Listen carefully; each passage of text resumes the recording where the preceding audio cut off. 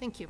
Good evening. Welcome to the February 6, 2018 Planning Board meeting. The first item on tonight's agenda is a continued discussion with Judy Barrett regarding duplex moratorium and zoning amendments for the 2018 town meeting.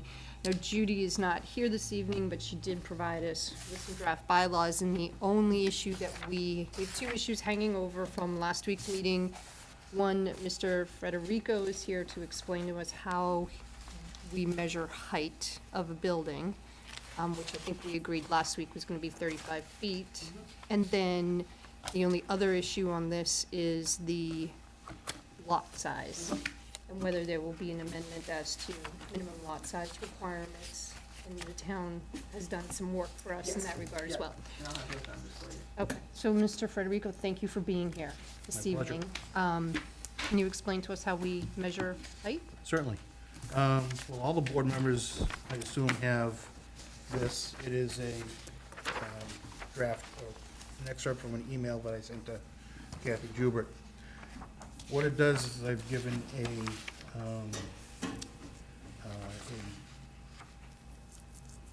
excerpt from our zoning bylaws in terms of how building height is determined. And the graph is essentially a graph depicting what the verbiage says in the building bylaws, zoning bylaws. Essentially what happens is that the starting point for measuring is the average elevation where the grade, the finished grade of the property meets the foundation of the building. Okay, so we basically take the highest point in elevation where the grade meets the building, the lowest point of the elevation where the grade meets the building, find the midpoint. That's where we start measuring. We go straight up in a vertical, and the midpoint of the roof, okay, not where the eaves are at the bottom, not where the ridge is at the top, but the midpoint on a vertical scale is the end point of where we measure. So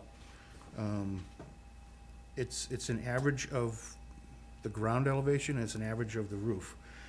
Keep in mind, this does not, steeples, antennas, poles, chimneys, cupolas is not part of the height restriction, okay? This particular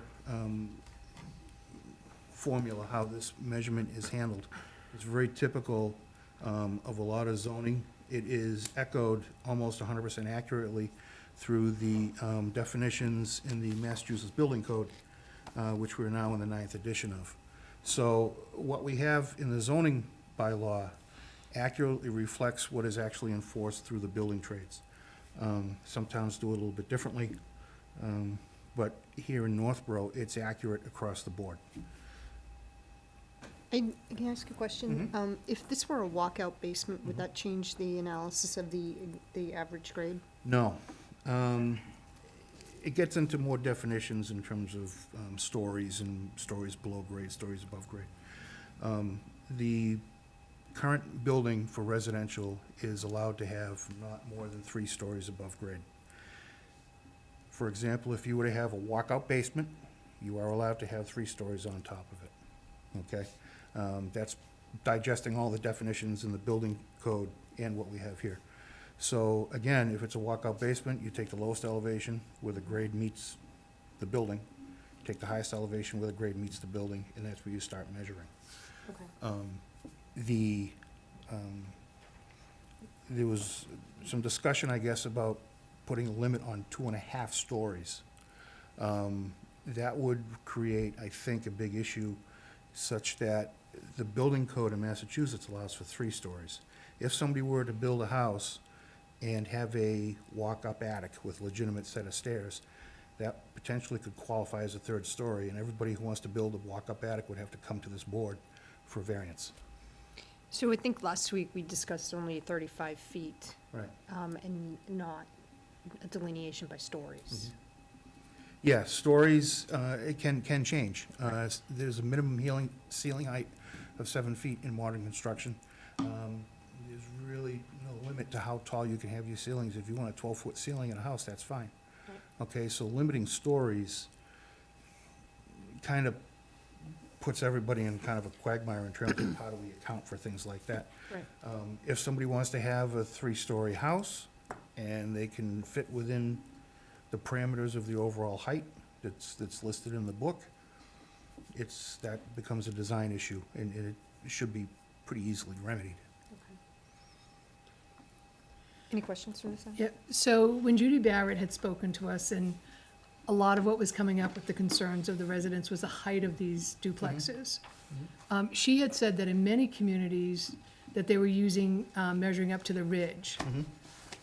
What's your take on that? Why would you not recommend that? Or could we actually, measure up to the ridge versus just what you're indicating here? Well, it's up to the board and the town, at town meeting ultimately to decide. One of the things to remember is that you will have conflicting definitions with the building code and the zoning code here in town. And if, at that point, it's going to be a question of, will the Attorney General approve it? But if they're already approving it in other communities, then I'm assuming they would approve it with us. I can't speak to that. This is reflective of what our present bylaw is how, and it doesn't matter whether it's a duplex or a triplex or a single family, they're all measured the same. No, I understand that, but when we were talking about the height, and from very beginning, we talked about what is really the concern, and the height was a concern, right?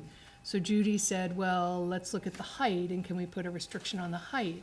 And then during the discussion last week, she talked about a lot of communities are measuring up to the ridge. Yeah, I so- mean, she said some communities do that, some communities do what we do, it's a preference of each community. So I'm assuming if some communities not a right do or and it's wrong. passed the rubber stamp of the Attorney General, then some communities have, go up to the ridge. I mean, Yes. we talked about aesthetically, it may not look right from an aesthetic point of view, but it was something to address the concern of the residents from the height of these duplexes that are going up. I don't know how the other board members feel, but that was one issue. I mean, I wouldn't be concerned about not meeting the state building code. I would assume if we couldn't vary from that, then we wouldn't have the ability to have our own zoning. Like Michelle said, lots of towns don't. The building code doesn't necessarily override zoning. My point is that what you may be enabling or enacting is two different standards of height measurement and requirements. So the zoning bylaw would supersede the state, though, right? No, it doesn't supersede it, and then that's why one of our former building inspectors never wanted to have anything in the zoning bylaw, because he said the building code is what you build to, that's the standard that you build to. But the 35 feet, that you all discussed, at the meeting last week, and at least last week had agreed to, is a very standard measurement for a, residential dwelling. Yeah, no, I'm not debating that. I was just curious, just in terms of, just responding to Bob's comment about the being in conflict with the state building code. Just trying I to think understand if last that's an week there issue. was some comment about if you, and I'm, honestly out of my area, but that if you measured starting at the ridge, that you were gonna get into some funky roof lines. Right. And that people then may, be troubled by that. I mean, I think overall, the comments that, or at least that we as staff have heard from the board, is that it's sort of the mass and the scale.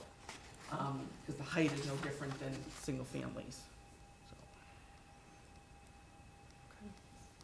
George, any questions about the height?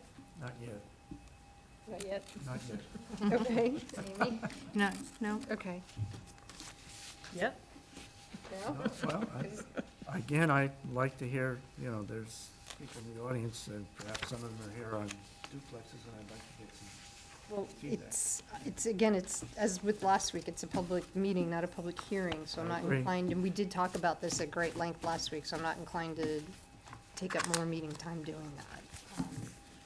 So, unless the board feels strongly in the other direction about it, we have an issue that we haven't yet resolved. Mr. Frederico's here just to explain to us how building height gets measured, not really much more than that, because we've agreed on the 35 feet already. So, unless the board feels strongly otherwise, I'd like to move on to the more pressing issue, which is the lot size. I'm sorry, Hold- maybe hold- I've Oh, been oh, oh. misunderstanding. I thought this is you're having a meeting of It's- applicants at the hearing. This is a public meeting. Okay. And when is the public hearing? It hasn't been scheduled yet. This public hearing cannot be scheduled until after we wrap this up, and then Ms. Hubert will go ahead and schedule it, and we'll post the notice of the public hearing. All of our meetings are public. Yeah. So this is just like any other public meeting. The, okay, so this is a public meeting. The builder spoke last week because there was a specific issue that we wanted to address, and they were here. And had you been here, you would have been afforded the same opportunity. This week, we've taken care of all but one issue on this particular item, and we're gonna move to that one issue now. But didn't I ask last week if a couple residents could speak? Say a couple showed up. All we're talking about tonight now Yeah. is the lot size. Right. So let's They get might- to that, and we'll figure out whether we need comment from the audience at that point, okay? Can I just ask a question? Yep. Can we also talk about dimensional, because I was in agreement with the dimensionals for less. Is that in, The side yard, well, we Yep. agreed last week. Kathy, what were the 5 things we agreed on? Yep, all 5 of you agreed on side yard setback of 20 feet, special permit, site plan, design review, and height of 35 feet. or we're still gonna discuss frontage and, front setback and rear setback? We discussed, or you all discussed, We agreed on all that agreed. last week. right, at the We last decided meeting, last- that you last weren't week gonna we do decided we weren't doing rear setback, when we talked about, you know, that the predominantly, most of the residential lots in town are on septic and private well. So by increasing the rear setback, that's gonna preclude people from putting in wells and septic systems. So you all agreed on that, and then, Judy talked about, the implications of changing the front setback, and you all agreed that was, that, you know, you understood that. And that when Teresa then concluded the whole discussion, those were the 5 points that you all agreed on. So what I understood was you were gonna go and look, because there were some people who were saying there's only 100 feet of frontage in the neighborhoods in RC and general residential. And we were gonna go and look and actually, you know, discuss whether that's accurate. I would not agree to that. No, I didn't look at frontage at all. You didn't look that- at frontage. No, the assignment, What we're looking at was. Lot size, right? Yeah, the assignment was lot I size. don't remember that we were gonna look at lot size. Okay, well, I'd like to discuss frontage as well, because I sort of did some research, and I don't necessarily agree with that statement on the frontage. But we can first look at lot size. well, frontage is different than setback, I know. so I don't know Yeah. which, okay. Yep. So you want to do the lot size? I would love to do the Okay. lot size. Yep. Thank you. So you had asked, for, in the general residential zone, there's three sets that we were looking at.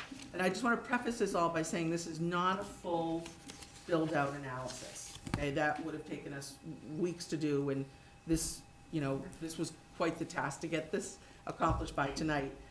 Literally, like, you know, a minute before 7, we finished. So just so you, I mean, there was a lot of work that went into this, and, but when you do a full build-out analysis, whether you do it for one zone or whether you do it for the entire town, what you're looking at is, you know, probably 15, 20, sort of parameters. You know, you're gonna look at, you're gonna take out wetlands, you're gonna take out, river, you know, setbacks to rivers, you're gonna take out, slopes of a certain size, so you get down to the fact of what is actually really buildable. So this, just so that you all know, this did not do this. This is just strictly the number of lots that are available, I shouldn't say available, just the number of lots in town under these parameters. So the three categories, so to speak, were, first of all, what's the total number of lots in the general residential zone, and the total number of lots in the residential C zone. So in the general residential, there's 445 lots. And then in the residential C, there's 3,245 lots. And then, so that's just, straight, there may be a house or not a house on them, there may be a duplex, not a duplex, those are just the number of parcels in the GR and the RC zoning districts. So then we looked at, we broke it out into how many of these lots are, for the general residential, how many of the lots are between 15,000 and 25,000 square feet? Because 25,000 square feet was the lot size that, for your discussion purposes at the last meeting that Judy recommended, was 25,000 square feet. So the number of lots in the GR that are between 15 and 25, there's 120 lots. I'm sorry, 120? Mhm. And then the next criteria, I'll just stick with GR for right now. Then the third criteria, or the third set of numbers that we looked at was you wanted to know how many lots in the general residential zone were over 25,000 square feet. And in the GR, that's 231. So before y'all do your math, 231 and 120 do not add up to 445, okay? Because there are lots that are under 15,000 square feet. Right? But we didn't do an analysis on those. Okay. All right? And the same thing goes in the RC. They're not gonna add. So in the RC zone, 20,000 square feet is the minimum lot size, and 30,000 square feet was what Judy had discussed with you at the last meeting. So we did a breakdown of how many lots are between 20 and 30,000 square feet. So you have 1,266.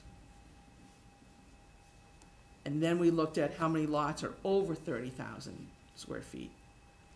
And there's 811. Now, two things, well, one set of parcels that we did take out because they would have skewed the numbers is all the land that's exempt. So whether it's state-owned, town-owned, believe it or not, like the railroad is considered a parcel, the aqueduct is considered a parcel. So all of those were taken out. All of like public housing, housing authority stock, those were all removed. And then, but what is included in this RC that to me kind of skews it a little bit is like all of Juniper Hill Golf Course. So there's quite a bit of acreage in Juniper Hill Golf Course. But is that for lot purposes? Is that multiple lots? Yes, so How many we lots are looked there? at, well, no, excuse me, the Juniper Hill actually is divided into 9 lots. So out of Okay. 811, though, it's really not significant. Right, so we knock 9. Right. So out of, and in total, Juniper Hill is 180 acres. Okay. In terms of these But numbers. you were looking at this from lot sizes, not, Right, exactly, so how it's- many lots? So so we can take basically, 9 lots off of the 811. right, so all of Juniper Hill Okay. right now would be, over, each one of those lots is over 30,000 square feet. Right. So for round number purposes, we're down to 800. And then, again, these numbers can be, are skewed a little bit because, we didn't do a wetlands analysis or topography analysis. So, as far as, wetlands, topography, slope, that type of thing, those weren't factored in here. So, Okay. I don't know that there's a magic number to say, oh, it's, for a town, it's an average of 15% of your lots or something that you can kind of just wipe off the board. So I don't have that number. But even if it were 20% of the lots, we're still looking at a fair amount of lots It needs available some. for this. Right, it needs Okay. some. Okay. And then, and what we didn't do, and which was not part of what you had requested, is there are, today in the zoning, duplexes are also allowed in the Main Street residential zone which is a small zone, and also in the downtown neighborhood, which is, you know, a very small zone. So we Right. did not include those in the analysis. Okay. All right, well, for myself, I feel confident that if we were to increase the minimum lot area, we would not be creating we would not be an effective prohibition against it, based on these numbers. So thank you to you and to everyone else on the town staff that helped put these together.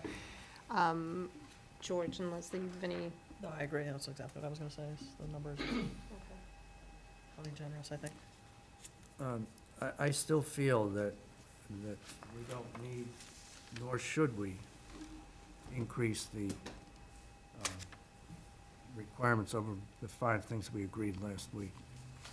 I'm not in favor of increasing lot size, and I say that because most of the lots that I'm familiar with, and we didn't do an analysis of frontage, but I think there's not that many lots that have sufficient frontage and square footage and so forth. I think we're gonna just effectively prohibit duplexes, and so I would be opposed to that. Okay. Leslie, you're, No, I'm fine with.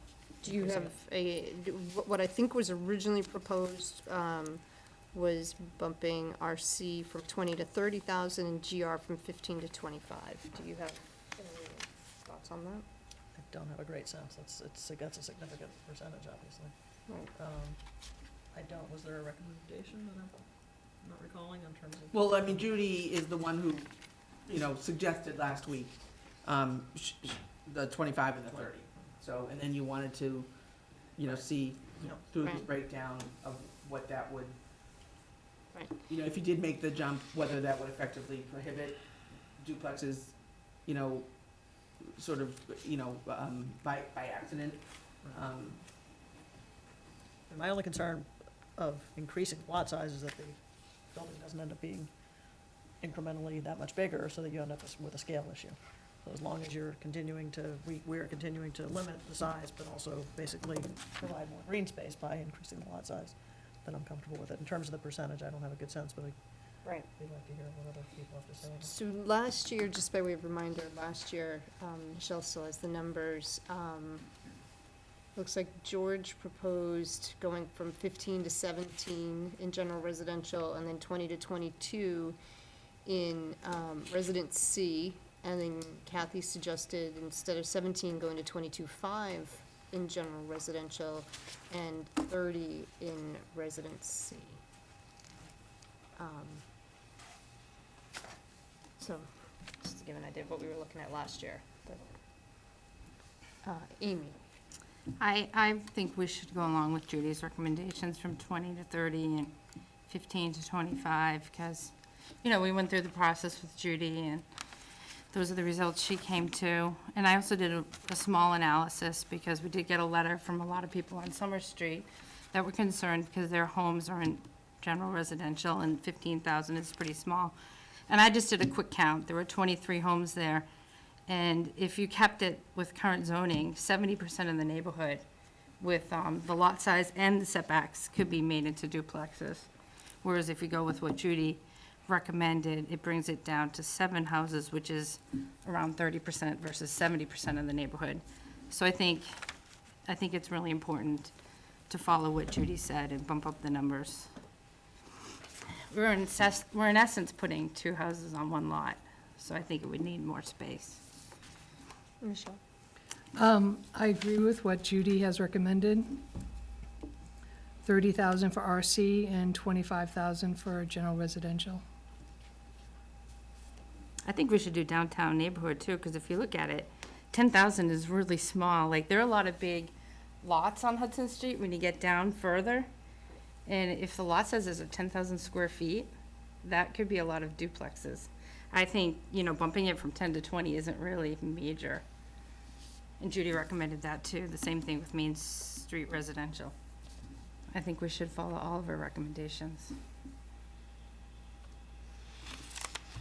be fine with that. Following all of Judy's recommendations? Yep. And then downtown neighborhood as well? Yeah, that's fine.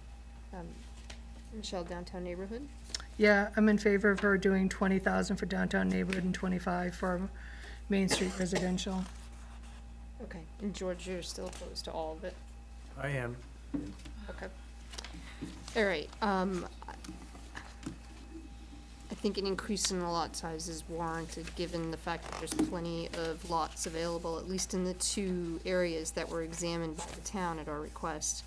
And even if we take out a certain percentage for potential wetlands and topography issues, you still have a really significant number of lots that could be utilized. So I would be in agreement with Judy Barrett's numbers as well.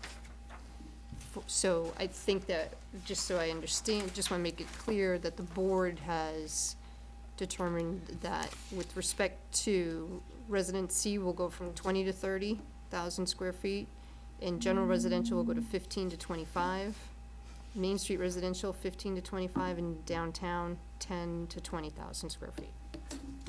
Is that right, Amy? Right, so, all right, so Main Street residential, 25,000. Yep. And downtown neighborhood, 20,000. 20,000, right. So those are the 1, 2, 3, 4 recommendations made by Judy for minimum lot area and square feet. So Amy, you're in agreement with that? Yes. Michelle? Yes. I am. Leslie? George? No. Okay. All right. And then there was a question about Frontage. frontage, that, yeah. So in the beginning, when we talked last November about frontage, in general residential, it was 100 feet of frontage. George, you proposed to stay with 100 feet, and Kathy proposed to do 150 feet, and Judy proposed to do 150 feet. Residential C, the current is 100 feet. Proposed was, by George, was 100 feet. Kathy was proposed 100 feet, and our consultant. 150. 150 feet, sorry, and our consultant proposed 150 feet. And then there was some discussion about in certain neighborhoods like Northgate.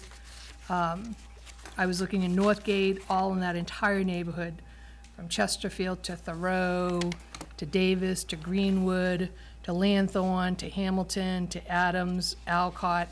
I was shocked at how many of them had over 150 feet of frontage. So there were comments that said there were no lots over there. Simply wasn't true, because here's my little sticky notes, which, you know, there's tons of lots over there that have a lot of frontage on it. So, I don't know if a board decided to stay with 100 feet, or go with what Judy recommended, and Kathy recommended, which was staff, for 150 feet in the GR and the RC. Did we discuss that thoroughly? I think that there was an assumption that there wasn't enough lots, that all the lots didn't have sufficient frontage. But based on what you're telling me, that might not actually be the case. Well, how many duplexes did we do build last year? Well, none last year because of the. I mean, the year before. Prohibition. The year before, I think it was 3. Three or four, so I've got 1, 2, 3, 4, 5, 6, 7, 8, 9, 10, 11, 12, 13, 14, 15. Last year was 3. 2016, there was 3. 2015, there were 3. 2014, there were 2. 2013, there were 3. None in 2012, for whatever reason. In 2011, there were 2. So I have at least 45 lots on here. I'm sure you don't want to read off every address, but I did go online because I was just curious about that one neighborhood, Northgate in particular. I went down Davis Street too, and Davis Street had a lot of lot frontages that were big, and the lot sizes were big, so going from 20 to 30,000 won't really affect them. And so, I mean, 100 to 150 doesn't affect either. The bigger lots had the bigger frontage. I also looked at Brigham Street. I was surprised at how much frontage there was on Brigham Street. Same with Summer Street, and that's in general residential. General residential, I have 177 feet, 203, 234. So Amy, are you in agreement with the numbers that Michelle? Michelle and Judy. Yeah. Let's see how you feel about this I'm issue. comfortable with, I mean, I'd feel more comfortable, we never asked Kathy to get numbers on frontage, but I will have to trust the due diligence that was done by Your Michelle fellow board and members. fellow board members, and if that's. Plus Kathy had recommended it a year ago. Right, then I would be comfortable with that as well. George? Well, I guess I go back to what Judy questioned last week, which is, are we trying to prohibit them, or are we trying to regulate them? And if we're trying to regulate them, can we regulate them through site plan review, design review, and special permit? And we're talking a minimal number. I mean, Kathy just read the numbers to you. 2 in 1 year, none in another year, 4 in another year, 3 in another year. We're not talking like the town is exploding with duplexes. So I think what we're trying to do here is prohibit them, and so I'm absolutely opposed to that. But I think we've proven that it's not gonna be an effective prohibition. I mean, and I agree, we're gonna control it with those other things, but I think setting a baseline is not an unreasonable thing to do, and that's what we're doing with the increasing the regulations, is we at least increase the baseline, and then I think qualified beyond that goes through those other review processes. I agree with that as well. So George, you're not in favor of amending the No, I'm frontage? Okay. No.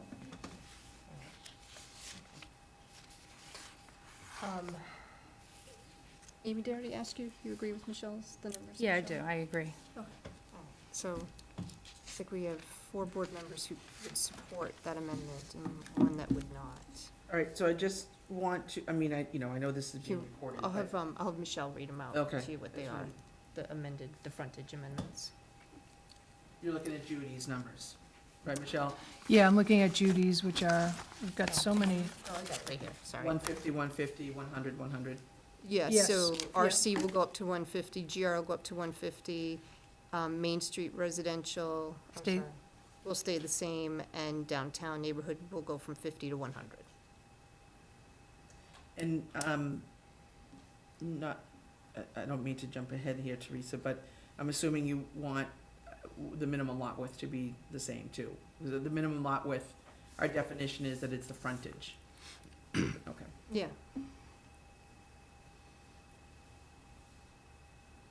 As opposed to like a. Yeah, you have to triangular piece or maintain the frontage, the minimum frontage across to the rear of the, building. So you end up with a triangle. Yeah, no pizza lots, huh? No pizza lots, nope, sorry. And you're okay with that Yes. suggestion as well? And Amy, you're Mm-hmm. good with that? And Michelle, you are Mhm. as well? Okay, good. Excellent. There was a question as to whether we wanted the special permitting process for RC to come before this board. Right Yeah, now it's in for the, Board of Appeals. just how Judy in the email that, excuse me, the, draft language that I had given you tonight, Judy had left it as, because I don't really think we specifically discussed this, I made an assumption that you wanted to have all, however you were gonna end up with this, that you wanted all the duplexes to come before the planning board. And Judy had just left it, because again, it was an assumption I made, that RC right now is with the zoning board of appeals. So I just wanted to clarify that with you. Did you wanna leave that with the ZBA? I thought we discussed Or bringing them all. you for wanna us do last all? week, Yeah, I thought we discussed bringing it all over. I can't think of a good reason to separate them. Okay. If anyone else does, George, you have any reason why we should separate them out that way? Well, I remember when we redid the zoning bylaws, there was quite a bit of discussion as to how much the planning board would retain jurisdiction over and how much the zoning board of appeals would retain jurisdiction over. And the zoning board of appeals kind of felt that we were trying to put them out of business. Oh, they have a lot. Their agenda's always really full. Yeah, I don't agree. They never miss meetings. If this goes through with the restrictions that are on there, you're not gonna see any business anyway, so it doesn't make any difference who has it. But, But if our maximum number is 4 a year anyway, I don't think the ZBA is gonna notice 4 missing applications. I don't think so either.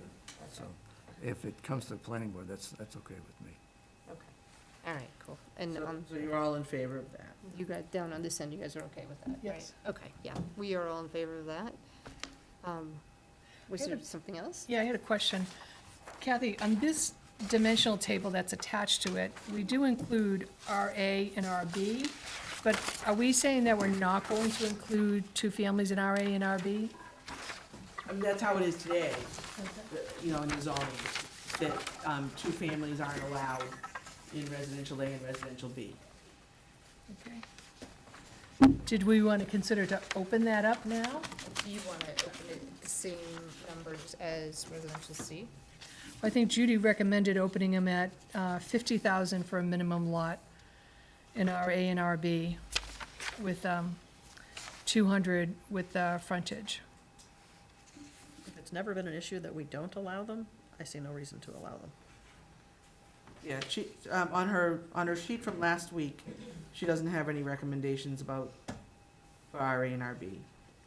She, you know, we had that discussion last week about, She does for RB. you know, how that came to be.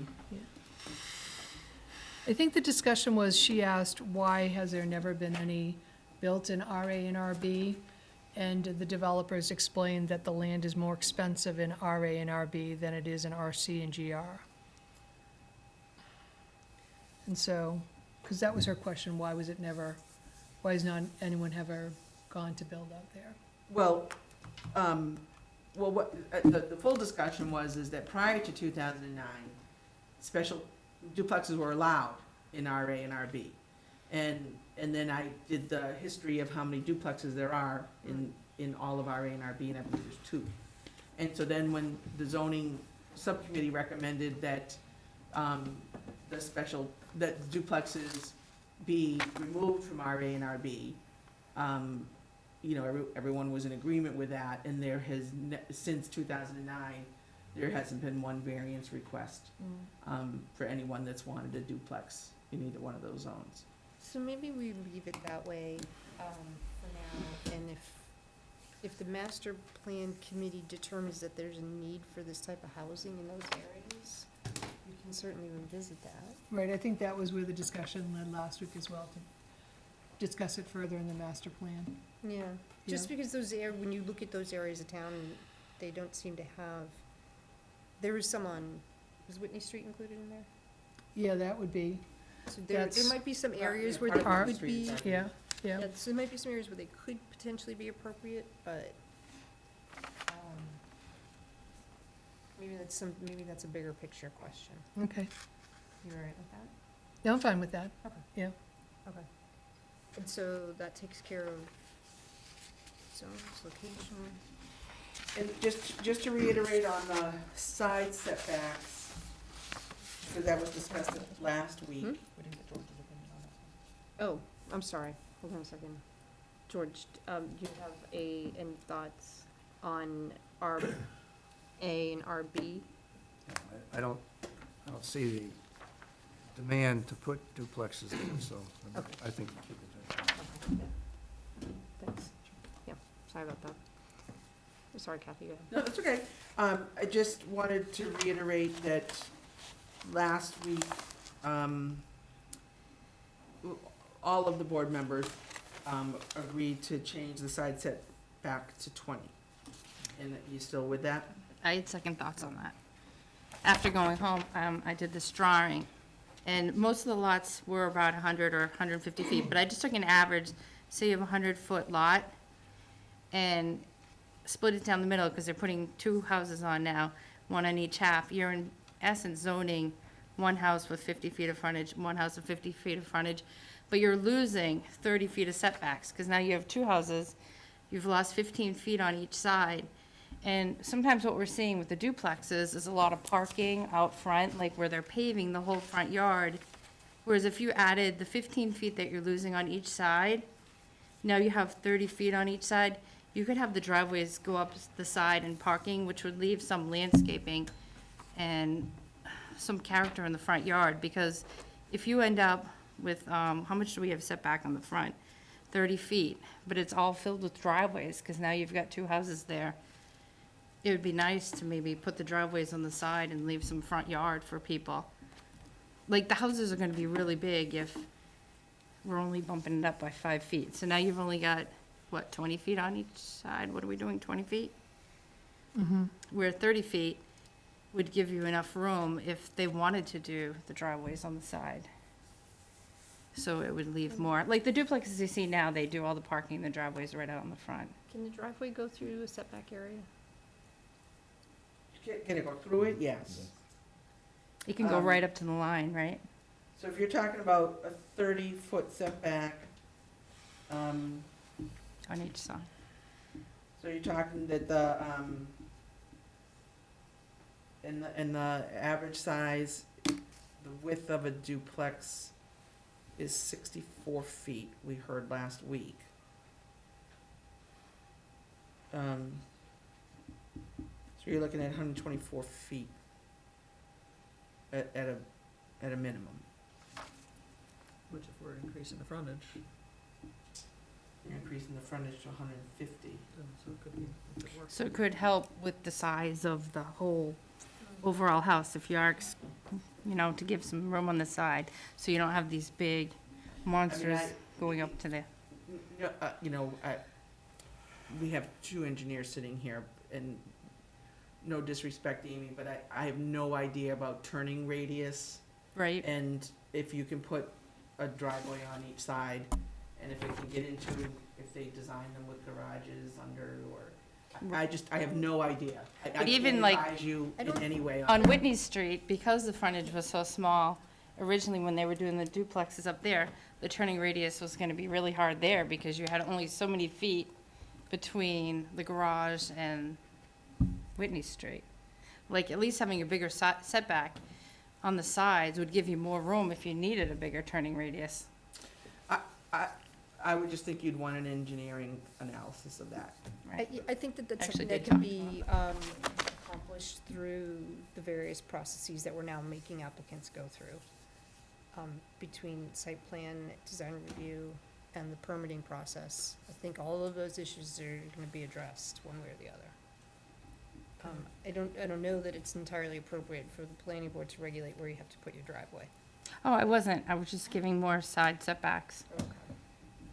Would it be possible to get the opinions of the engineers and president, our president? I think it would be fine, go right ahead, ask a question. Opinions?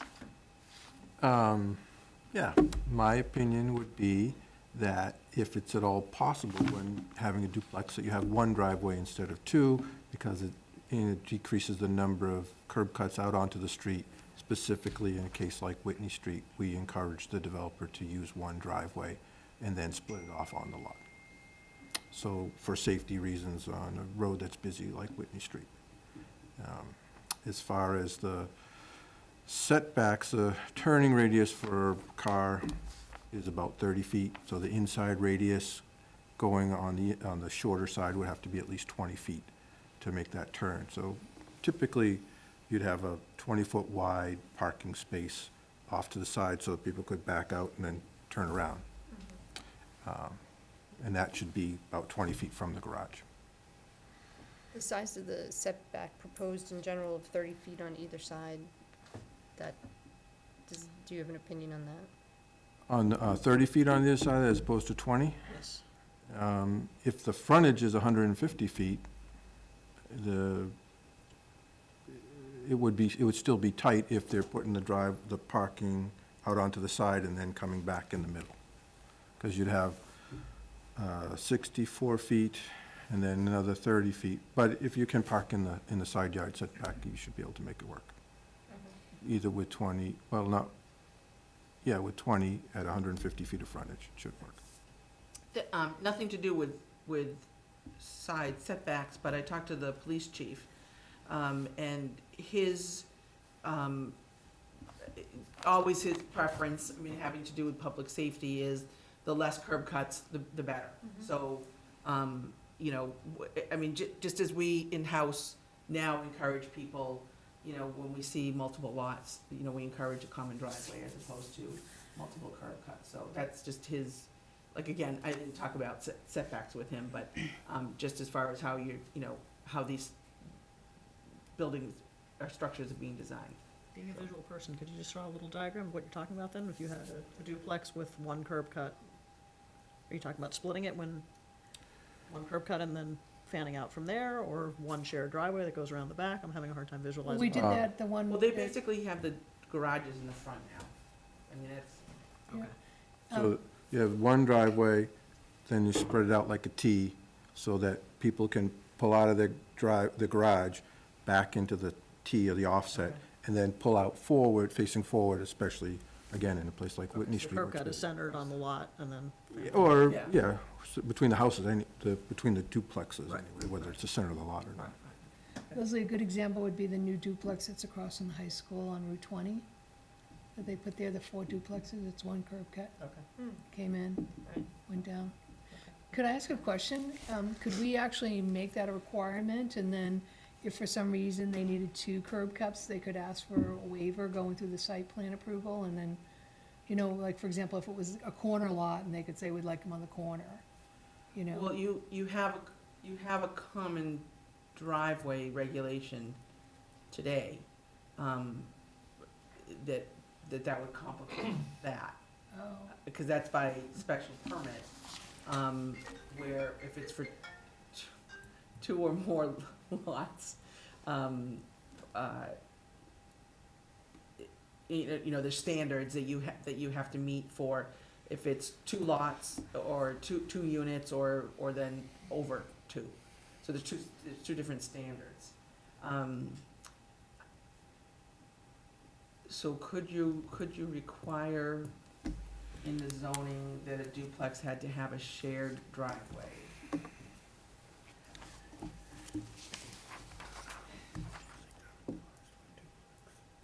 I don't know. I don't know. I don't know off the top of my head. Because I think we would have to look at, site distance, you know, a shared driveway may not always work with site distance, or may not always work with the design. If you had, we're asking about that one curb cut, can we put that in there for duplexes to just have? well, think about though, like, the, situation on East Main Street. You know, the way that house was designed was one of the driveways comes out onto Main Street, and the other driveway comes out onto East Main Street. So if you put in that you had to have one curb cut, that would prevent something like that.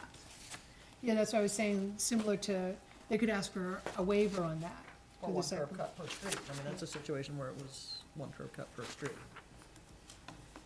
I mean, I could see on a I'm really corner. doing zoning by the fly. Yeah, no, I think, I think It would be it's, hard for me to recommend whether that would work or not. it's an Tonight, important right question, so, but again, I'm coming back to the fact that we're going to, require developers to come, design review, site plan review, special permitting process.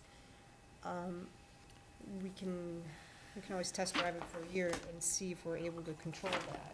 You have a And lot of then- ability between site plan, and special permit conditions, and design review. And if we end up with a lot of problems, we have we can reexamine it. You know, I think we can't solve every problem until we know really what the problems are. Right.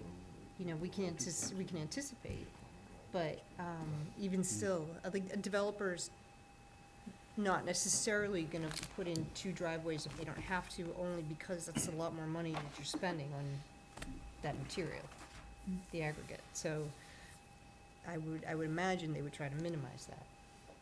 But we can certainly, as part of our process in approving it, we can keep those in mind and make those requests, or make it part of the permitting process. No, I'm just thinking about what Judy was saying last week. It Right. was one of her recommendations, and I know it was something that you would like to see. Whenever it's Maybe, possible, to minimize the number of curb Right. cuts, as the police chief also is in favor of. And I think as a general rule, that's a good idea, but I don't know how to write that into zoning, whenever possible, minimize curb cuts. Unless you could write it just like that. Which I don't know. That doesn't mean anything. Define possible, Right, Yeah. so I guess it's I don't know, it's something that we can necessarily answer tonight. Do you guys feel, George or Leslie, feel any differently about that? No, I agree. I think it would be zoning on the fly, and we have to get the articles in tomorrow, so I think we need to wrap it up. Okay, George? Yeah, I wonder how much that could go into something like rules and regulations, which can be done after town meeting. If we're doing design review, it could certainly become part of design review, can it? Yeah, design review, Perhaps yeah, right, design is review, advisory. yeah. Right. Yeah, which doesn't have to be voted on in town meeting, that's just Right. the rules. Right, but if you're going forward, which I believe you are with design review, we have to work on that between now and town meeting. It's not, it won't get voted on at town meeting, but you're gonna be you're gonna be asking that the bylaw be changed to incorporate design review, so we're gonna need to add the guidelines. Right, in place. Okay. If it's any consolation and the site plan, the special permit process gets adopted, it would be one of my recommendations on a regular basis. And that means a lot. So- Well, it gives it, that's why staff was suggesting that it be a special permit last year, because that's the kind of thing that we'd like the opportunity to review and suggest where it's appropriate. I agree, but I'm still thinking 30 feet on each side, just because when I actually now put in 150 feet width, the house can be, or the duplex can be 60 feet wide on each side. That's a pretty big house. But if you put in 30 feet, it drops it a little bit, the house size in general. I mean, 30 No, feet, 60 on each side is 120 feet, which only Right. makes 30 feet total. That would be 15 feet on each. oh, you're right. Not 30 feet on each side. So it would still drop it 30, 30, 60, 90, 45 on each side? Yeah. But that's still pretty big. Last year, staff had recommended 20. What is it now? 15, Sides 15. Oh, we bumped it up to 20 last week, is what we agreed on. and that's what Judy recommended. Yeah. Yep. George, you have any thoughts on that? 20 feet, I think is adequate.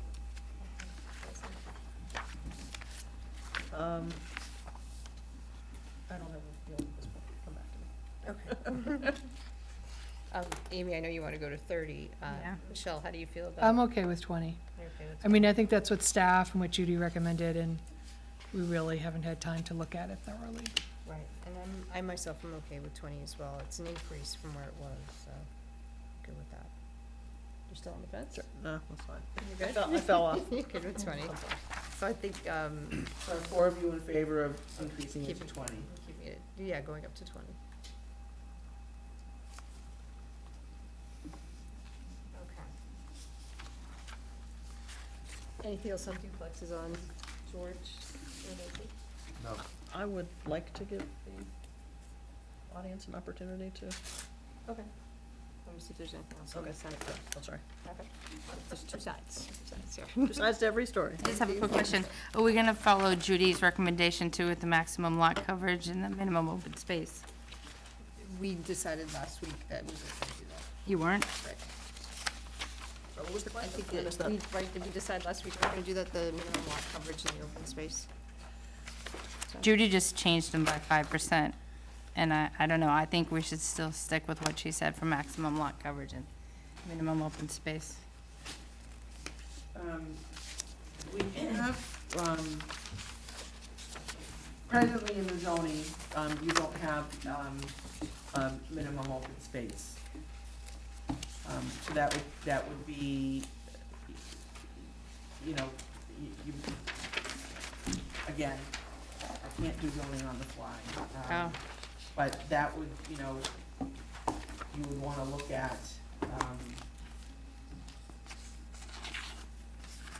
no, actually Judy didn't recommend anything. When I looked on her sheet, it says minimum open space 30% to 35%. The table that I handed you tonight? That was just last week. Last week. Last week's. Yeah, so the table that she proposed for tonight doesn't have. These are based on, what you have tonight is based on your discussion from the last meeting last week. And, so there's no, maximum lot coverage or minimum open space suggested. I mean, don't you essentially accomplish that through setbacks? Yeah, you do, on a single lot, you know, lot by lot basis. The only other, oh, sorry, before I move on to that. So are we deciding that we're not doing anything with those? I think we decided a lot last week, and we had a specific guidance for tonight. Can you look onto that? Yeah, I think we're Okay. pushing. making rash decisions, and I don't think we wanna do that. Okay. So if we find it's a problem, we could go back to it, because, you know, just like we said about the other stuff. Yeah. Yeah. That's our job. And again, Right. the fallback of That's site our plan job. review. Right. And we Right. have all those fallbacks. Right. all Yeah. those safety That's what I'm valves just in there, saying, yeah. so. Right, absolutely. And if it turns out that we're seeing maximum build-out possible, and that's something that the town wants to change, we can absolutely examine that for next year. Yeah. Sure, Um, let's see what comes up this year. Where you are recommending, a height of 35 feet, do you just want to carry that through every, you know, it doesn't matter whether it's a duplex, a single family, or, you know, a triplex. You want to just add 35 feet to all the residential zones? Yes, Okay. I would say yes. George, you, yes. I'm not sure about residence A and B. I'm not sure that's necessary to do that. If somebody wants to build a fairly substantial house in that area, and it's gonna be more than 35 feet, I'm not sure we wanna prohibit that. The other zones, yeah, but not necessarily in residence A and B.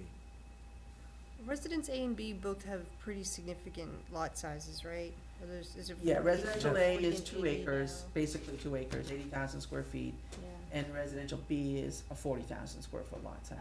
Yeah, George, that's a good point. Because even if we didn't regulate the height, it would be, what's the maximum height, Mr. Frederico? 45, right? Is it 40? On a residential in Northborough, there is none. But Yeah, we- what's the building, what can they max out at with no number given by us? 3 stories, okay? Typically, if you were to have an extreme story, you could say it's 12 feet, Okay. so it's like 36 feet. May I ask Tom Reardon something? You can, Did you mention 45 feet last week? Did I hear 45? some building code. That's other buildings, not residential. Oh, okay, all right. Okay, thanks. Okay, so 3 stories is the max they could do anyway. So, I mean, if they wanted, if, for example, somebody wanted to build a super custom house, okay, and they build a house that's 4 stories, they would have to jump out of the residential code, and go into the commercial building code, if you will. In that case, you know, the sky is virtually the limit. right. I don't foresee that happening. Because with a lot of stairs, with a lot of floors, there's a lot of stairs. Elevators. I've seen those- I've seen those Teleporters. too. And sprinkler requirements and things like that. You get into, you know, some of these giant houses, 12,000 square feet or so, require sprinkler systems, and it comes in, it's a whole different set of rules. Okay. Do you have an opinion as to whether there should be a height limit in residential A or B? I really don't have an opinion one way or another. Mr. Litchfield, do you have an opinion on that? I do not. I was just so you know, too, I was just texting Judy, not a friend, because she was actually trying to make it here tonight, Right. and she's still tied up in Cohasset, and so, It's not coming. just wanted to let you know, that's why. Thank you. She could be stuck in worse places. Kathy, I have a question. On this dimensional table that you've attached to Judy's recommendations, Yeah, these are, Today. days 1 and 2 are from Yeah. Judy, yep. are you still going to include the maximum lot coverage that you have in here for the GR, MSR, and DN? The 30%, are you gonna include that? I mean, I mean, that's in the zoning today. yeah, okay. Yeah, so that, we wouldn't change that. Yeah, because I think she actually, when you look at hers, she recommended to reduce it. So I guess we'll just keep it at what it is. I mean, this is, again, these 2 pages tonight are Judy's recommendations to you based on last week, Yeah, so. But the side has been updated. It still says 15. Weren't we upping that to 20? You all agreed except for No, we all Yeah. agreed to 20. We all agreed to Yeah, 20. we all agreed to 20. yeah, the side setback. Yes. Yeah. yeah. No, Amy didn't. Well, no, I agreed to 30, but on the paper it says 15. Last week Amy agreed to 20, this week she wants to. Right. But we are saying that this is the correct one, but it still says 15, isn't it? It's No, supposed to no, be- no, I'm going on your votes tonight. Yeah, she's, Kevin's Okay. making So, the chart. so you don't agree with the 20-foot setback, Amy, on the side? Right, right. And the four of you do, Right, and that's what we're proposing? yes, Okay. right. Mhm. And so going back to resident A and B on height, Michelle, you have any thoughts on that, I'm fine with 35 feet. in residence A and B? Yep. Amy? Yeah, I'm fine. This isn't, We're not gonna set this it. isn't for duplexes, this No, I is for understand. all I understand. single-family homes Yeah. up there. I understand. Okay, It's just following the building code, like he said, okay, 3 stories in. okay. If someone wanted to come build that 4-story custom home you were talking about, what process would they have to go through? They have to go through the variance process to exceed the height? What would they have to do to get past the 35 feet? Probably a variance, if they wanted to exceed the height. So I'm fine with 35 feet throughout all residential zones.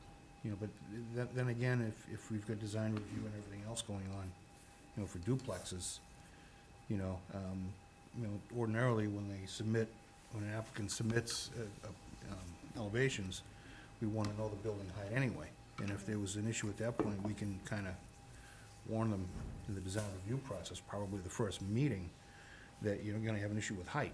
You know, you may want to think about redesigning and making some design modifications so that you do qualify, so you don't have to go to another board to get a variance.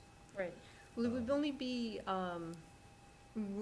the 35 feet will apply in residential C, GR, MSR, and DN. It's just A and B, where there's only single-family homes now. We're not gonna put duplexes up there. Does that make a difference In terms of the height, for you? So far, I've got Michelle, Amy, and Leslie with, okay with 35 feet in all the residential districts, and not George. But George, you're okay with RC, GR, MSR, and DN?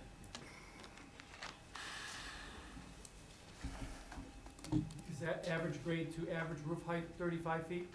Okay. Teresa?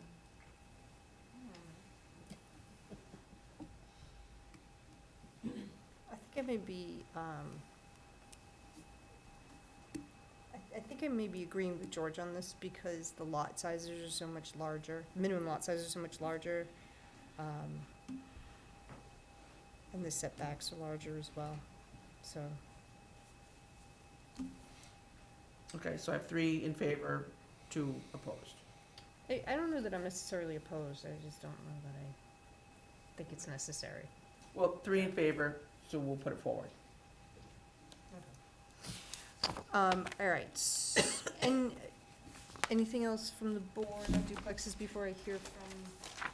Yeah, I have one other thing that might, it's multifamily dwelling, and this is along with it. Multifamily dwelling is also allowed in downtown neighborhood, but the minimum lot area would be 10,000 square feet. So if duplexes are being bumped up to 20, do you think the multifamily should be bumped up to 20? Because why would a developer say, okay, I'm gonna put 2 on a lot for 20,000 square feet, where I can put 4 to 6 on a lot for 10,000 square feet?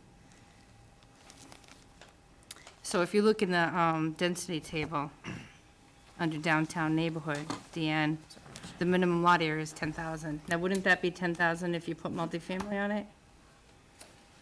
We have to go to the formula, because I think there's a formula Oh, okay. as far as how many square feet you need.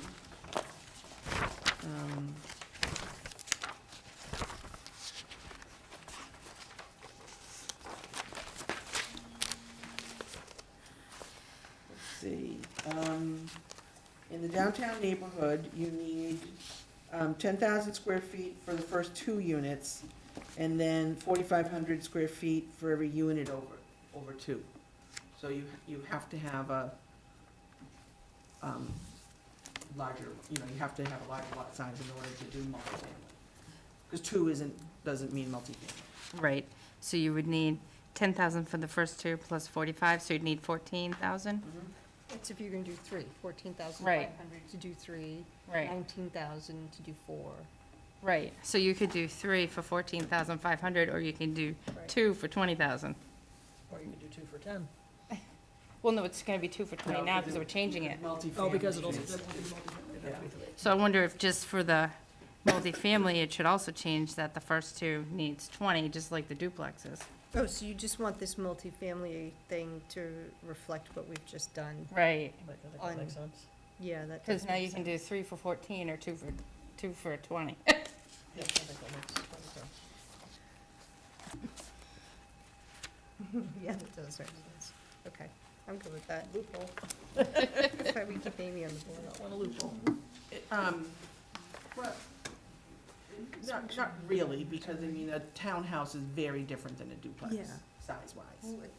But, so it's not really a loophole, it's just a different design. Just make sure that numbers are off, 'cause we're talking Um, about different numbers.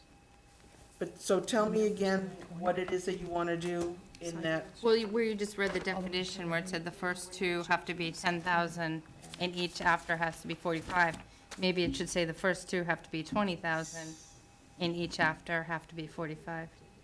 We weren't changing. I wonder if that would prohibit multifamily.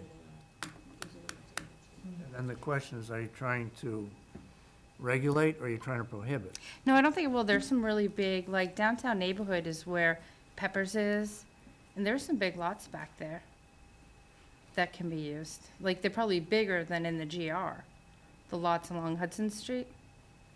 There's already some duplexes there, and there's a couple industries.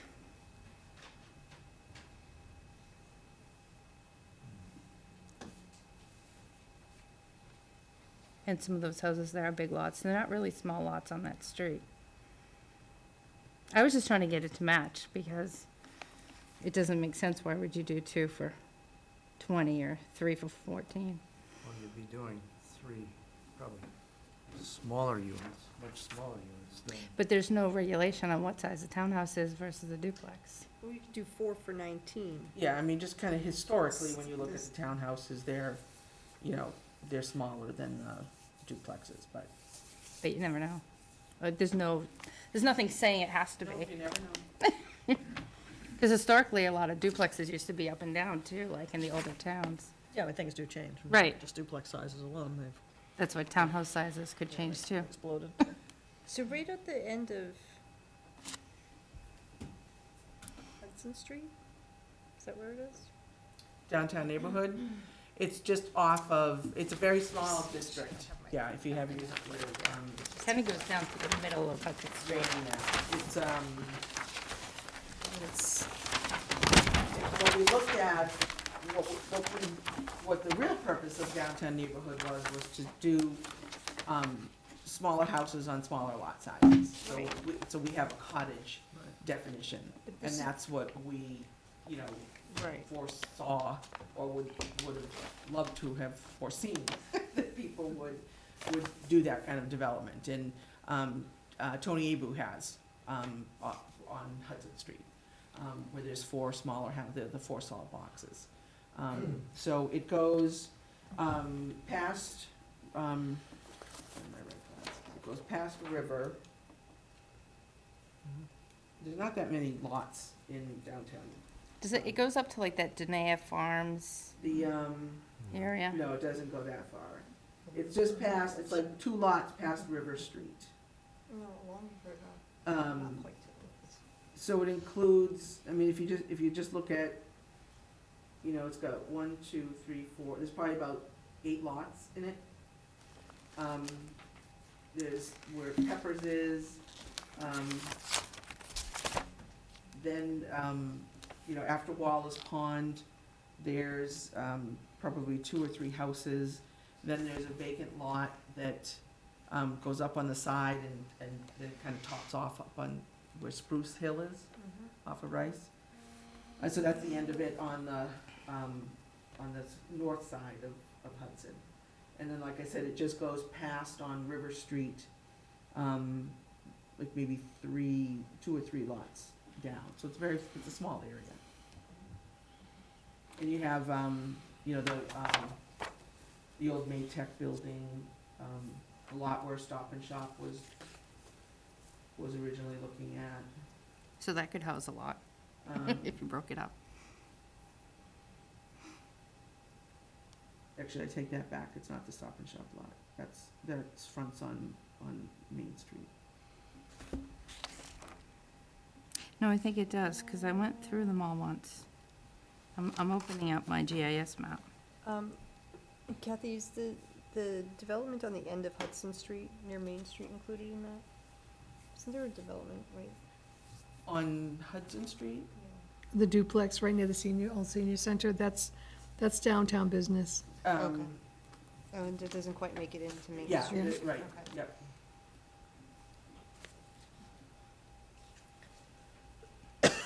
So it's kind of really at the fork of where Pierce and Hudson come together, Yeah. is where it kind of, is where it starts.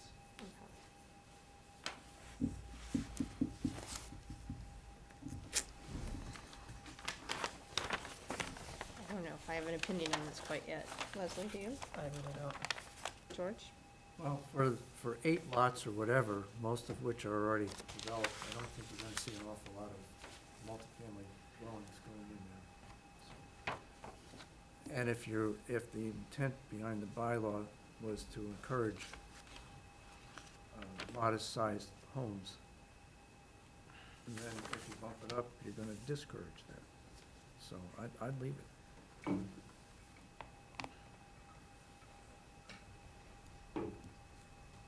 Michelle? I don't have really a decision yet on it.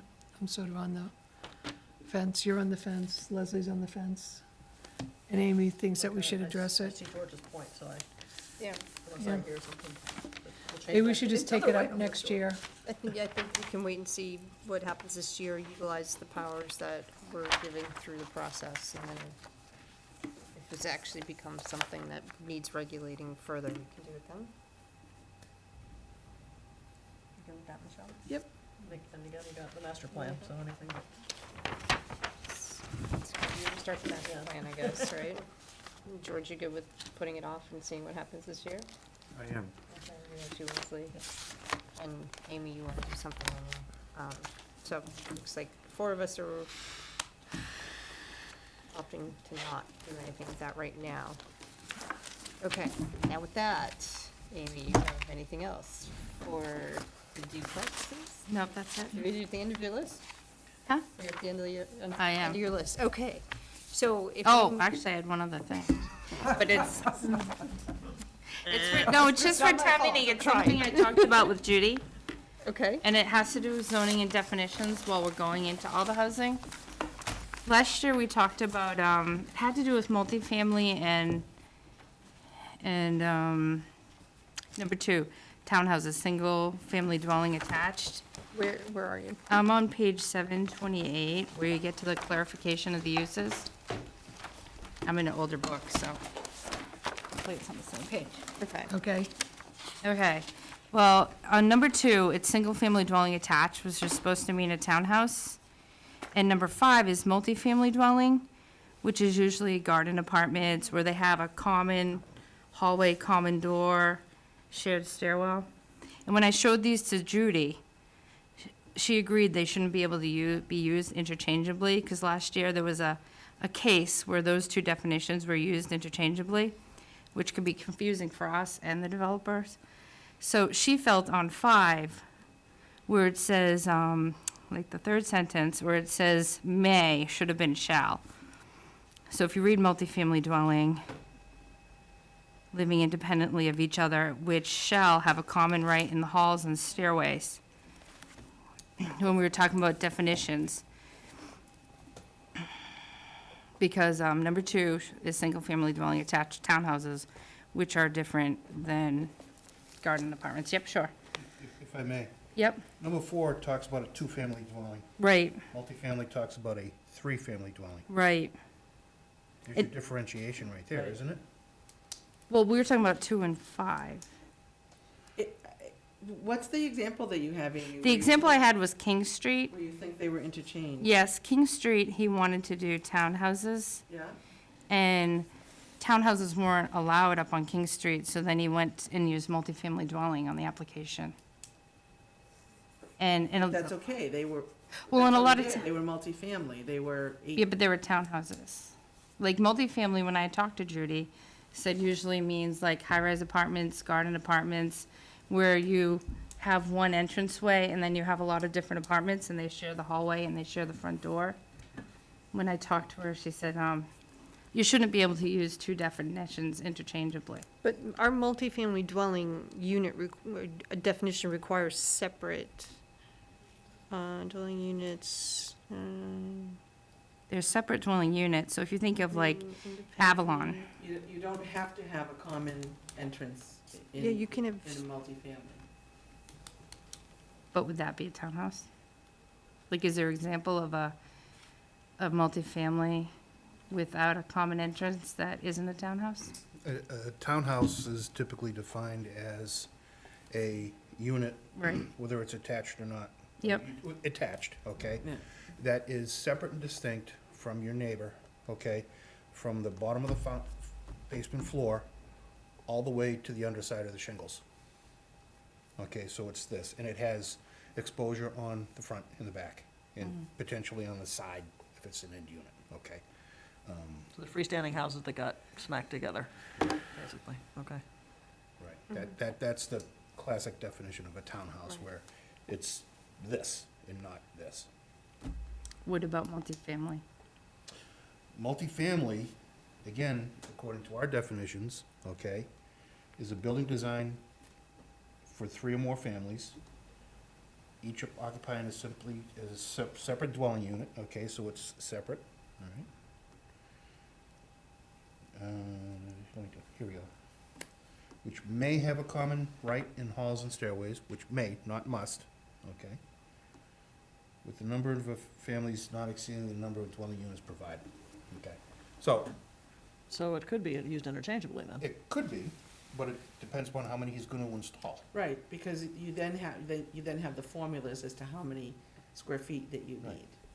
So, Right. It's just when I talked to Judy, she thought it should be shall because she agreed that they shouldn't be able to be used interchangeably. Because then if someone wants to do something in a certain zone and says, well, I want to do townhouses there, but I can't, so I'm going to do multifamily, but it's the same thing. I agree that two identically designed buildings shouldn't be able to fall into two categories. And what I'm hearing is that two identically designed buildings could. Potentially. what difference does that make? Well, because it's not allowed in Business West to do a townhouse, but if I want to do townhouses, then I just pick the other one. Well, even Judy said that's confusing, like, Judy's the one who wrote this. right, well, when I talked to her, she said that the may should be shall, you could ask her. Well- We talked about it in the We've never meeting. We've never discussed it. let me ask you a question. Yep. King Street, is the goal to not let him develop anything there? Or is the goal to have him develop something and comply with the rules in the course of development? Because if you're trying to prevent people from developing anywhere, I don't think we can do that. But if we're trying to allow people to develop and follow the rules in the process and seek variances when required and comply with special permit, the special permit process, then that's what we're doing. And so where you have two potential definitions applying to a single project, if the project fits, why are we trying so hard to exclude it? Well, when it went through design review, it didn't fit, and that was a big problem. Okay, Well, no, design review did approve his development. It got It was, rejected. got rejected by the ZBA, not The by ZBA, I mean, that's what I meant, sorry. and that's, and, Design review- Right, that's what I meant, the and ZBA. and that, but that's why we have the ZBA, and that's why we have these Right. processes. I think that we can spend a lot of time getting hung up on these definitions, but I think that, It was just I think something, we can't, I'm just concerned that with respect to this one project, and I don't know that there's ever been another instance. There's this one project that came through that somehow managed to fall into two definitions, and it seems to have upset someone's apple cart, and the question is why? It didn't really upset me. I just asked Judy when we had our sit-down one-on-one with her. Yeah. You know, because we were talking about two-family, we were going through definitions, and I just asked her about the two definitions, what the difference was between the townhouse and the multifamily, and she actually went through it and said, oh, that may should be shall. Um, So I'm just bringing it up because I talked about it with her when we went through it. And she's not here tonight, and if she was, I would have asked her. Okay. And she said it's just a one-word change, and she thought, you know, that would be an easy thing to do. I'm not inclined to do anything. George? I'm in agreement with you. Leslie? Jill? I think we should take it up next year, and we have the opportunity to talk to Judy. If it's a problem, we'll deal Yep. with it over the next year. But I'll say one more thing. I mean, I don't think we should do anything about it now, but I do agree that if a plan comes in for a specific lot and it doesn't qualify, that identical design, if that doesn't qualify, then an identically designed building under some other definition still shouldn't apply. Does that make sense? It was just making it clear for the board and the developers, like I'm what, not saying we should do anything now. I think we Right. should table it, but that's, I Right. wanna. I think it's a bigger discussion. because Absolutely. I I'm not- think, and my question is, what's the goal of doing that? Are we trying to get rid of the project altogether, or are we? Well, if it didn't fit by one definition, then I guess you'd have to But it understand could what. fit by another.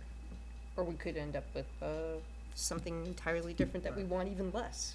So, It's you worth know, considering. it's I don't- always yeah, I don't wanna the, knee-jerk anything about it now, it but I is, it's see- always. That specific project has moved on to a different, It's Right. something entirely different Different. again, right? and my problem so- isn't with the project, it's with the definition falling under two different. I'm sure that we falling may under be s- able to find instances where a project could fall under more than one definition. I'm sure we can find other instances, and I don't think that we can regulate everything in that regard. So let's hear what people who came here tonight have to say about this. So, with that in mind, I'm gonna open it up to the audience, remembering that this is a special meeting, not a special hearing. Yep, sorry, special. Sorry, you're right, it's It's a public. special It's a board public meeting. meeting, not a public It's very hearing, so I'd ask you just to keep your comments relatively short to the point and not repetitive of each other. Go ahead, stand up, say your name and your address, please. Yes, I'm Carolyn Harrington, and I live on 67 Summer Street. I'm here just as a resident. A group of us sent out letters that you received in the past. I grew up in this town and, you know, raised my family here. I live here in town now. And I'm speaking because I don't like the trend that I'm seeing with the duplexes. And it seems to me that, you know, great concern is given to the builders that wanna squish a two-family into a small plot of land as opposed to what the residents would like to see in town. And I really hope that when you make your decisions, you're considering what the residents want and not worried about what the builders want. The builders don't live in this town necessarily, maybe some do, I don't know. But I'm just speaking that I live in the downtown area, and if I saw, you know, a duplex go in on Summer Street, it just doesn't fit. It doesn't fit at all. It'll affect, traffic. You know, you're putting more cars on the road by squishing two families in, and I just hope that you, seriously consider what's best for us and the residents in town. I'm not a fan of the trend, and I don't see the benefit to the town to have two families. And that's, I guess, my question to all of you, what is the benefit? You know, why do we need them? I'd like to see them prohibited altogether. They're not affordable housing at all, so, thank you. Okay, thank you.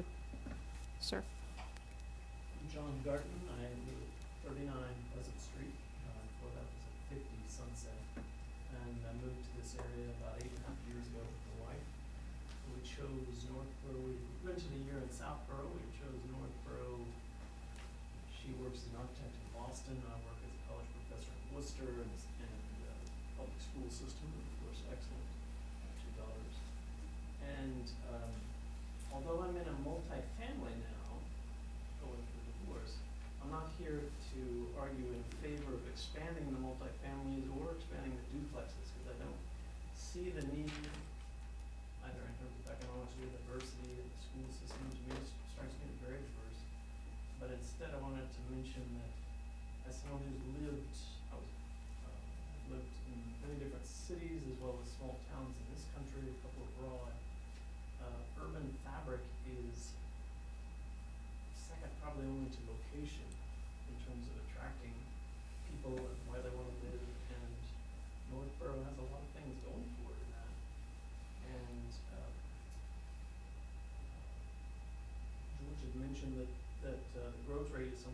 2 to 4 duplexes a year. But that, it adds up. Visually, any urbanist will tell you it also depends on where the duplexes are and what you see.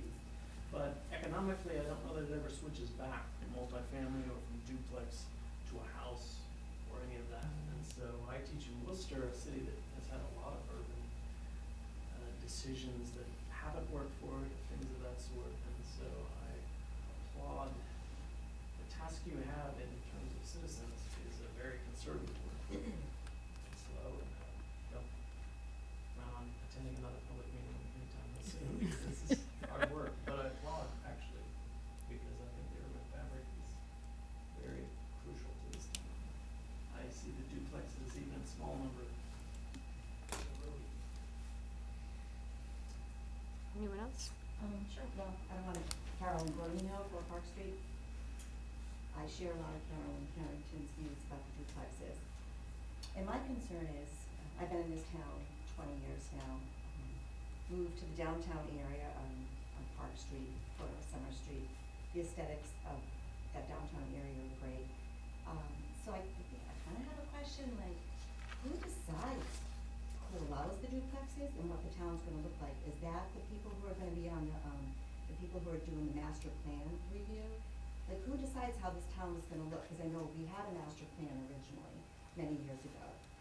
And I know that there's a committee, that's being formed, but and I know you guys are not on the committee, but I hope everybody talks to one another. Well, so I can answer that, and Kathy can probably answer it even better for you. We have 3 of our board members will be on the master plan committee. There will also be citizens. Have the citizens already been appointed? That works? 2 of them have and 2 are about to be. Okay, so So we there's also, 4. yeah, so we also have citizens, and there's members from other boards within the town as well. I think most of the boards end up being represented on the master plan committee. Then there's a series of public meetings and hearings that happen as well. So, in that regard, that's your opportunity as a citizen to join and participate and have your voice heard on this. And the board has hired a consultant to assist us with that, so there'll be a bunch of opportunities to actually participate in the process over the next year. Great, yeah, because my main concern would be, Yeah. the aesthetics and how it's gonna change the way our Right. town looks and why we moved here. Right, right. Thank you. Kim, you're welcome. Anyone else? No? Can I ask you one question that we didn't discuss? That Judy put on the memo for tonight about adding a footnote that the side setback would be 20 feet, but the Board of Appeals may approve a reduction on one side to 15 feet as long as the remaining 5 feet are added to the other side, so that the sum of So, the but- setbacks on each side should not be less than 40 feet. That's moving the house sideways with the same total. Yeah.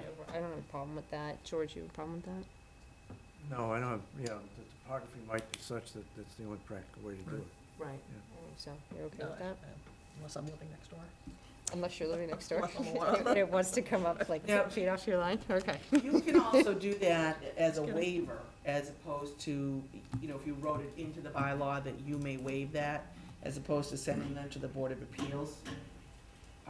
I agree, It yeah. probably makes more sense to do it as a Yeah. waiver. To keep it with us, so. Yeah, just to keep it as part of the process. I mean, I do think that ideally, if we can minimize the number of different boards that applicants have to Yep. go to as a general rule, that would be helpful to everybody in the town. Because it's also less public hearings that have to happen. Amy, you're okay with that? Yeah, as long as it comes in front of us, so if it does seem really extreme to the neighbor, we would have a say. Right. Michelle? I agree. Okay. Yep. You got it. All right, so, and I don't mean to beat a dead horse, but I just want to make sure that this is what we're putting No, together. Michelle asked that we make sure we review the numbers. Yeah, That's what okay. you're gonna do, right? That's what I was gonna do, so go Okay. ahead, if you, No, you can do it. okay. So lot size, RC, 30,000 square feet. Yep. GR, 25,000. Main Street Residential, 25,000. Downtown Neighborhood, 20,000. Lot frontage and minimum lot width, 150 for RC, 150 for the GR, 100 for Main Street Residential, and 100 for Downtown Neighborhood. Special permit granting authority shall be the planning board for all 4 of those districts, RC, GR, MSR, and DN. Side setback shall be increased to 20 feet in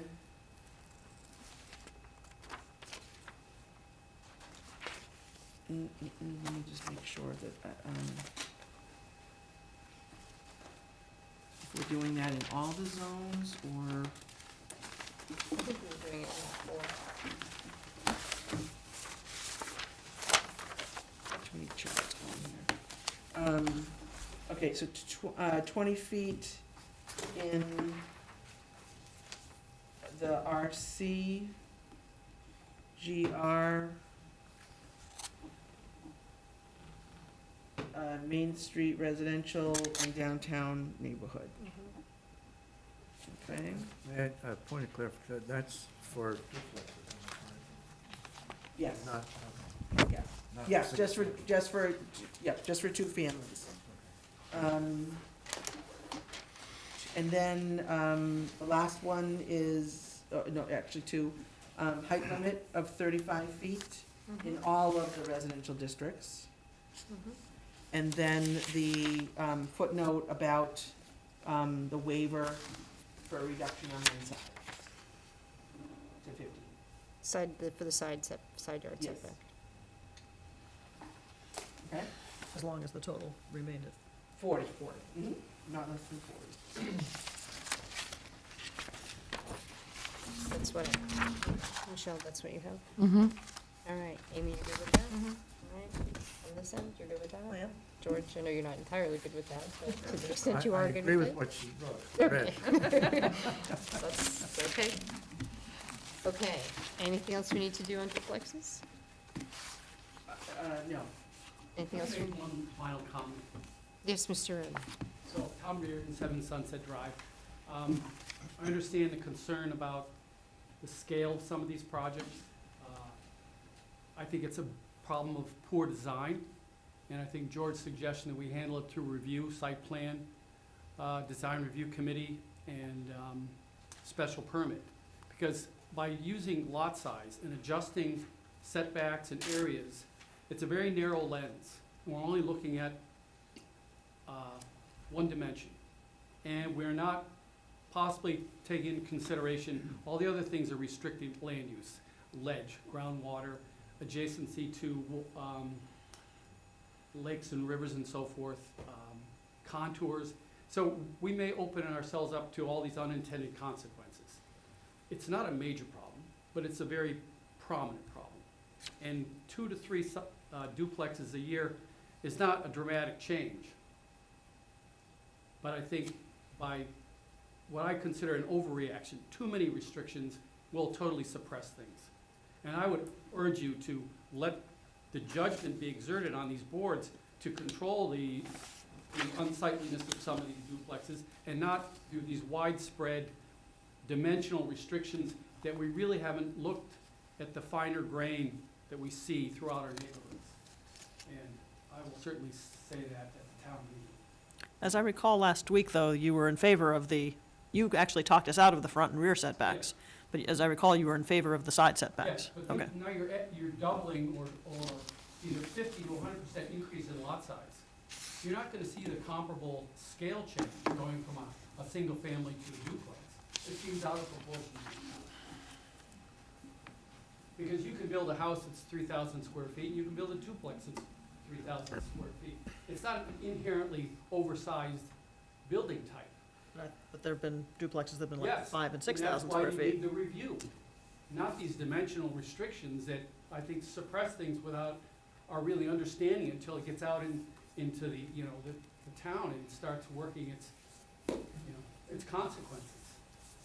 But as we also heard last week, denying a special permit is a challenge. Not impossible, but it's very difficult. So I think by But you having have that site plan baseline, review, you have design review, you have these layers of supervision that I think can remedy the situation without overreacting and making these really draconian restrictions in terms of lot size and setbacks. It just, I think would be unfortunate. I think time will tell if in fact it is a That's why I problem. think going slow, using the Yep. review process rather than the restrictions would be more appropriate. Okay, Thank you. you're welcome. Thank you. Anyone else? No? Okay. If no one else has anything, we're moving on. Good. So, we need to just take a look at the marijuana bylaw from last week really quick and make sure that we're all in agreement that as it's been drafted, it can go through. Do we need to take a vote on this bylaw, or we, no? No, we just needed to give Kathy what she needed so Okay. that she could get it drafted and put it in when we have a public hearing. Okay. That's when we vote. Okay. Thank you for coming. Marijuana. No, I don't have them either. I have them. They were on my desk. No, I didn't put them again tonight. Right, so they've changed, they haven't changed, I should say, from when we reviewed them last week, correct? Correct. So if we were okay, I think that most of us were okay with them last week. Amy just wanted a chance to review them. So Amy, did you have a chance Right. to review them? Are you No, okay with them? I talked to Kathy, and I just made sure that, it went through KP Law, because, and she knows that, and you know that. Because after looking at it, there's so much involved to writing the bylaw, Right. that as long as KP Law reviewed it with all the Yeah, 'cause they recommendations helped we us- They made, helped you write that, right? they wrote it. Yeah, they wrote it. Then I'm good. Okay. All right, so we're all in agreement that this bylaw, these three drafts can go in the way they're written? George? Yes. Leslie? Yes. Michelle? Yes. Amy? Yes. Good, that's done. Okay. We have a set of minutes that have to be, everybody have a chance to look at the December 5 minutes? I did, I said Yep. one comment. Yeah, Leslie just Kathy? added, I actually, I forgot to highlight it, but I moved on. So Leslie had one comment that is reflected in the set that you have before you. That's something I said, so. Yeah, I didn't have any changes. George? I was okay with Michelle? I am okay with them. Okay, and Amy? Yeah, I didn't have a chance to read them, but I'm skimming them fast. I move we accept the minutes of the planning board for December 5, 2017. Is there a second? Second. Amy? I just want to finish reading the one last paragraph. Okay. Sorry. That's all right. The one paragraph that has my name, I just want to. Speed reading dynamics, whatever it's called.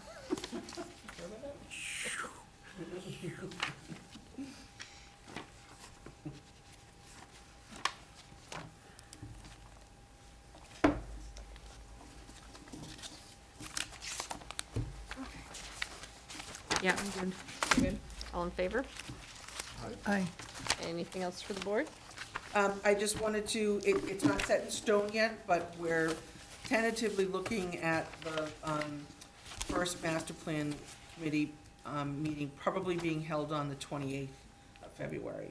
But we're gonna solidify that over the next couple of days, but just so that you all, you know, rest assured that it's progressing.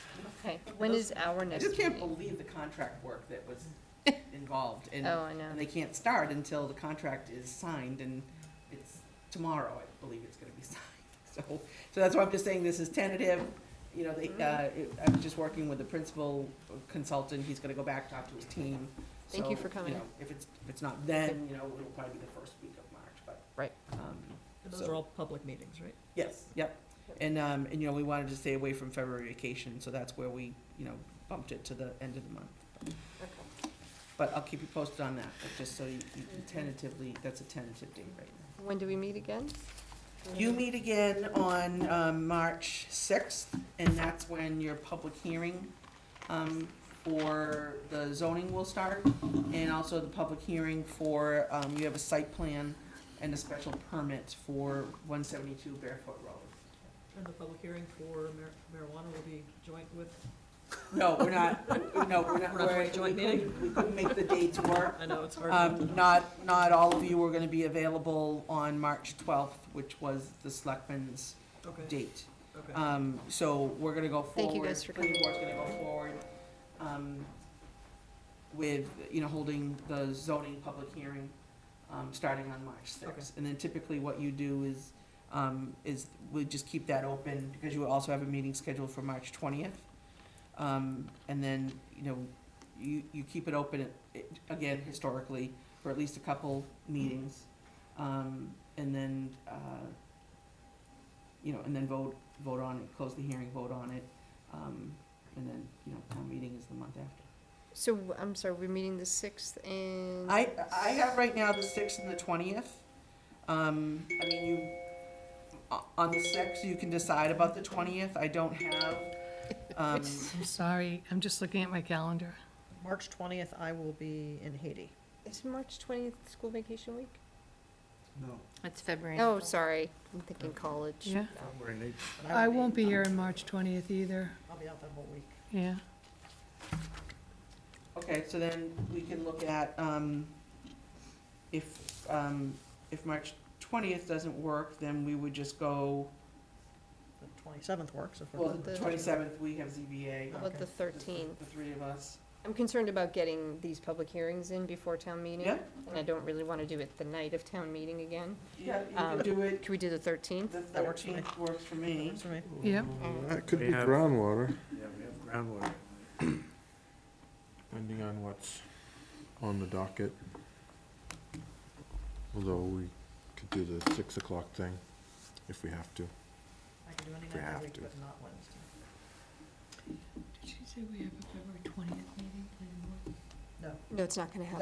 That's what you're all looking at, saying that the 20th doesn't work, so, February 20th, no. We're no talking meeting March, February though. 20th. I mean, March. That was excuse me. March 20th. March Okay. 6th and 20th. So right now, our next meeting right now is March 6th. Okay, And then, Well, actually, Can you George, do we the could 20th flip, of March or? take the 20th, no, still a week before the ZBA, if we needed to. I'd have to check with the rest of the board, but. That's a possibility. And just, the reason why you all, I mean, we talked about this, I think, a couple meetings ago, was that, given that I knew that, you know, this discussion, you know, that, at least it was for last week, there wasn't gonna be enough time to advertise everything to get it in for the 20th, February 20th. So, and there's nothing else scheduled for February 20th, there aren't any filings. And so the, filing that did come in is scheduled for March 6th. So that's why, you know, if you wanna meet, I have it reserved, but, No, we Um, moved the 20th to tonight. We didn't cancel it, we Right. just pushed it up a week. and, so again, so March 6th is when it will be advertised for. So you wanna look at the 13th? 13th is fine with me. 13th works for me. 13th works for me. That's fine. And then, after that, your first meeting would be April 2nd. Oh, no, excuse me, the 3rd. Okay, so we're moving it March 13th, 20th, April 13th? Is that definite? 6th, 13th, and 3rd. of Yep, April. and then April 3rd.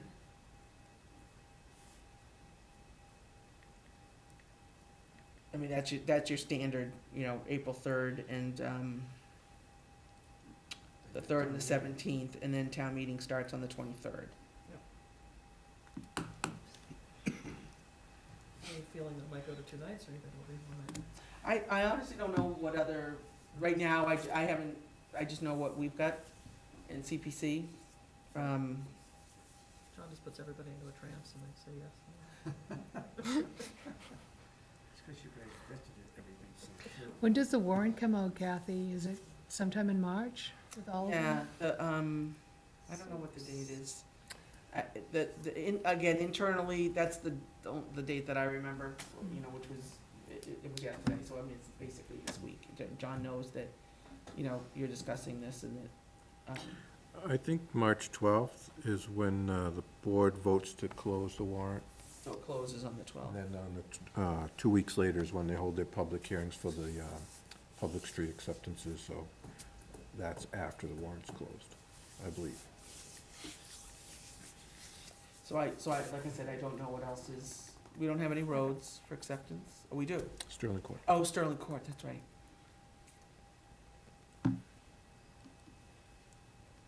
Okay. I just have a procedure question, and just out of curiosity. We have the public hearings after the warrants go in, so it's, we listen, to the audience and we listen to anybody who has concerns, but we really don't change anything ever? If you want to make changes as a result of the public hearing process, then we can make those into the motion at town meeting, as long as it's within the parameters of the proposal. And if it's outside of what you advertised, then you need to, well, I would advise you shouldn't be presenting something that's outside of the parameters that you advertised. And then people, always can make amendments, which are so difficult from the floor, but. Right. I'm not planning on doing it. I was just curious on how it works, because when people come and listen, we always say, oh, well, you can come to the public hearing. But what they say doesn't really change anything because the warrants have already been closed. Well, it could change what, the warrant may be closed, but, I mean, if someone brings up something that you all didn't think of or want to reconsider, or, I mean, that's what Okay. the whole purpose of a public hearing is. That's what I was just curious about. Change the way we vote. Mm-hmm. Okay, that's, I was just curious. Right, and that's it, Anything me. else, George? Leslie? and Judy's out of her meeting. Oh, great. Michelle calls it. Amy, you good to go? I'm good to go. I gotta be here by 10:30 if you want to stay for a while. Okay. How about a motion to adjourn? I make a motion, we adjourn. Second? Second. All in favor? Aye. Thank you, David.